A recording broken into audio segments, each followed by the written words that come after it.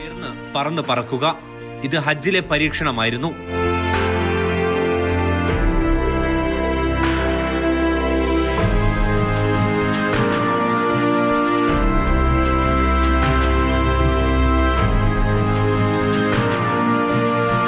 Electrical vertical take off and landing എന്നതാണ് വിമാനത്തിന്റെ രീതി. ഉയർന്നു പറക്കുകയും 90% യാത്രാസമയം ലാഭിക്കുകയും ചെയ്യുക. കാർബൺ എമിഷൻ പരമാവധി കുറക്കുക എന്നതും പ്രധാന ലക്ഷ്യമാണ്.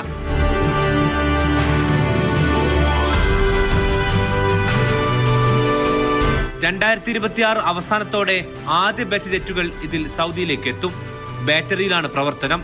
ഒറ്റ ചാർജിൽ 170 കിലോമീറ്റർ വേഗത്തിൽ പറക്കുന്ന വിമാനത്തിന് 200 കിലോമീറ്ററാണ് താണ്ടാനാവുക.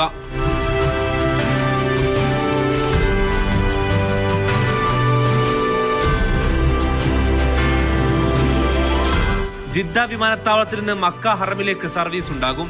റിയാദ് നഗരത്തിനകത്ത് വരാനിരിക്കുന്ന കിദ്ദിയ പദ്ധതി പ്രദേശത്തേക്കും സർവീസ് പ്ലാൻ ഉണ്ട്. റെഡ് സി എയർപോർട്ടിൽ നിന്ന് റിസോർട്ടുകളിലേക്ക് നേരിട്ട് പറക്കാനും ഇവക്കാകും. ഇവയാണ് സൗദി എയർലൈൻസ് കീഴിലുള്ള പദ്ധതികൾ.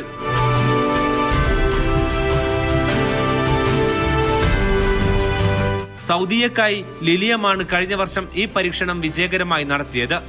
ഇപ്പോൾ ന്യൂയോർക്കിലെ ഇലക്ട്രിക് എയർ ടാക്സി നിർമ്മാതാക്കളായ ജോബി ഏവിയേഷനുമായി സൗദി അറേബ്യയുടെ ഗാക്ക അഥവാ സിവിൽ ഏവിയേഷൻ അതോറിറ്റി ധാരണാപത്രം ഒപ്പുവെച്ചിട്ടുണ്ട്. ഇതോടെ രാജ്യത്ത് പറക്കും ടാക്സികൾക്കുള്ള ലൈസൻസിംഗ് പ്രവർത്തനം വേഗത്തിലാകും.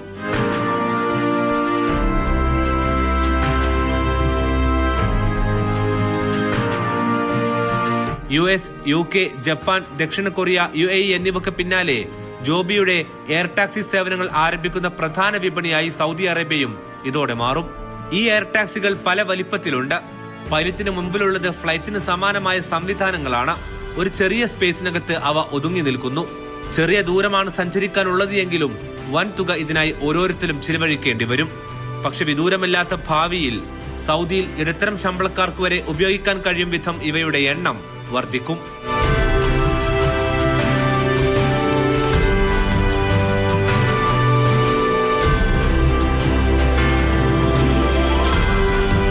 നിലവിൽ സൗദിയിൽ പരീക്ഷിച്ച മോഡലുകളിൽ ഒന്നിൽ 2 സീറ്റും സൗദി എയർലൈൻസ് പരീക്ഷിച്ചതിൽ 7 സീറ്റും വരെയുണ്ട്. ഇവയിൽ സീറ്റുകൾ പിന്നീട് വർദ്ധിപ്പിക്കാനാകും. എന്നാൽ കെട്ടിടങ്ങൾക്ക് മുകളിലും മറ്റും ലാൻഡിംഗ് ലക്ഷ്യം വെക്കുന്നതിനാൽ വലിപ്പം വർദ്ധിക്കുന്നത് ഗുണമാകില്ലെന്ന് കമ്പനി കരുതുന്നു.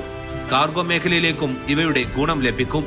ലൈസൻസിംഗ് പ്രവർത്തനം വേഗത്തിലാകുന്നതോടെ സൗദിയിൽ വൈകാതെ ഇവയുടെ പറക്കൽ കാണാം.